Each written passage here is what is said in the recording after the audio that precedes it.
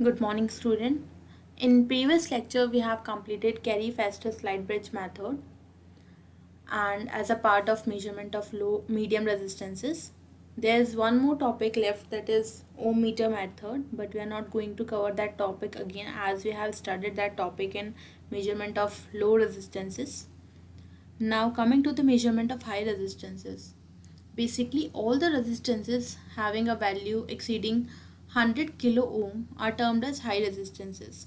And all the methods we have discussed till now for the measurement of either medium resistances or low resistances are not being used for the high resistance measurement, because the measurement of resistance offered to the flow of current along the surface of insulation is equivalent or comparable to the resistance that is to be measured.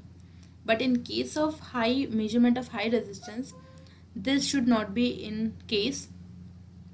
So basically, our measurement of high resistance involves finding the value of these four followings.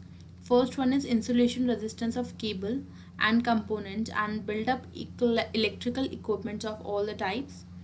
Second one is resistance of high resistance circuit elements in terms of any circuit provided. Third one is volume resistivity of a material and surface resistivity. Among the above high resistance measurement, basically we are having the measurement of insulation resistance of a cable is of practically very important nature. So we are going to study following cases, following method for the measurement of insulation. First one is direct deflection method, then loss of charge method, and third one is the Mager method. So coming to the first direct deflection method, basically this method is used for the measuring of insulation resistance. In this case, we are measuring the insulation resistance because insulation resistance is of very high resistance as comparable to any kind of resistance normally present. So for finding this insulation resistance, a very high sensitive and high resistance moving coil galvanometer is connected in series with the resistance to be measured and to the battery supply. The deflection of galvanometer gives us the measure of a insulation resistance. This is very simple and a rough method for measuring of insulation of resistance. Here we have we can see that the insulation resistance of a cable in three different parts. First, here is a conductor. Second, around wrapped on the conductor we are having the insulating material. Then we are having a metallic sheath. Above this metallic sheath we are having a sheath. So this IR is a current flowing in a galvanometer which is in between the conductor and the metallic sheath. This IL is a leakage current.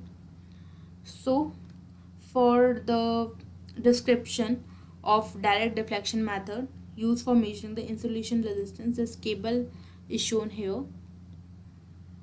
The galvanometer G, this G, measures the current IR between the conductor and a metal sheath.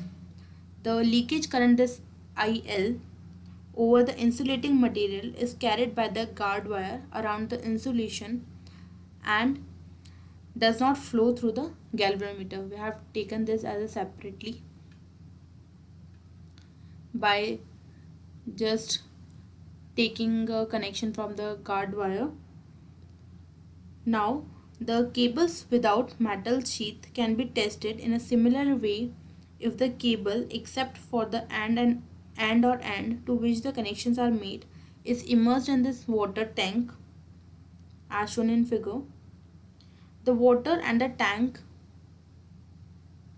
then form a return path for the current,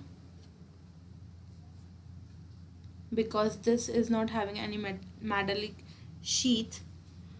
Before testing, the cable is kept immersed in water for at least 24 hours or a day, and the temperature of water is kept constant throughout this period and during the experiment. The water that is in the tank enters the pores and soaks the defects. At same time, the cable attains the temperature of the water. If there is any defect or pores in this wire, the water gets immersed into that, and our cable get same temperature as the water temperature. The galvanometer should be well shunted in the earlier stage of the measurement only, and it is normally desirable to include a series resistance of high value, like of several mega ohms. The true value of insulation resistance of the cable is determined by subtracting the value of series resistance from the observed resistance value. So, in further, this in test on the cables of galvanometer should actually be short circuited before the applying any kind of voltage to it. After applying the voltage, the short circuiting connection is removed only after the sufficient time has elapsed from charging and absorption of current to have seed to the flow. The galvanometer is then protected from the sudden initial rush of current which charges the cable of a later acting of a course. So basically this insulation resistance of a cable R can be equals to the voltage drop V divided by this IR. The galvanometer employed in this case should be very sensitive, like at least 1000 per microampere at a scale of distance of 1 meter, and should be of high resistance and have a uniform scale reading. The galvanometer and its circuit together with the keys must be well insulated to prevent any kind of leakage currents in this. So here it's all about the direct deflection method we have started.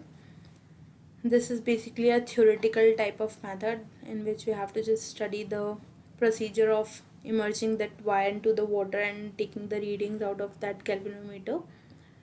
In next lecture we're going to study the loss of charge method. The notes are provided to the college website and on Google Classroom as well.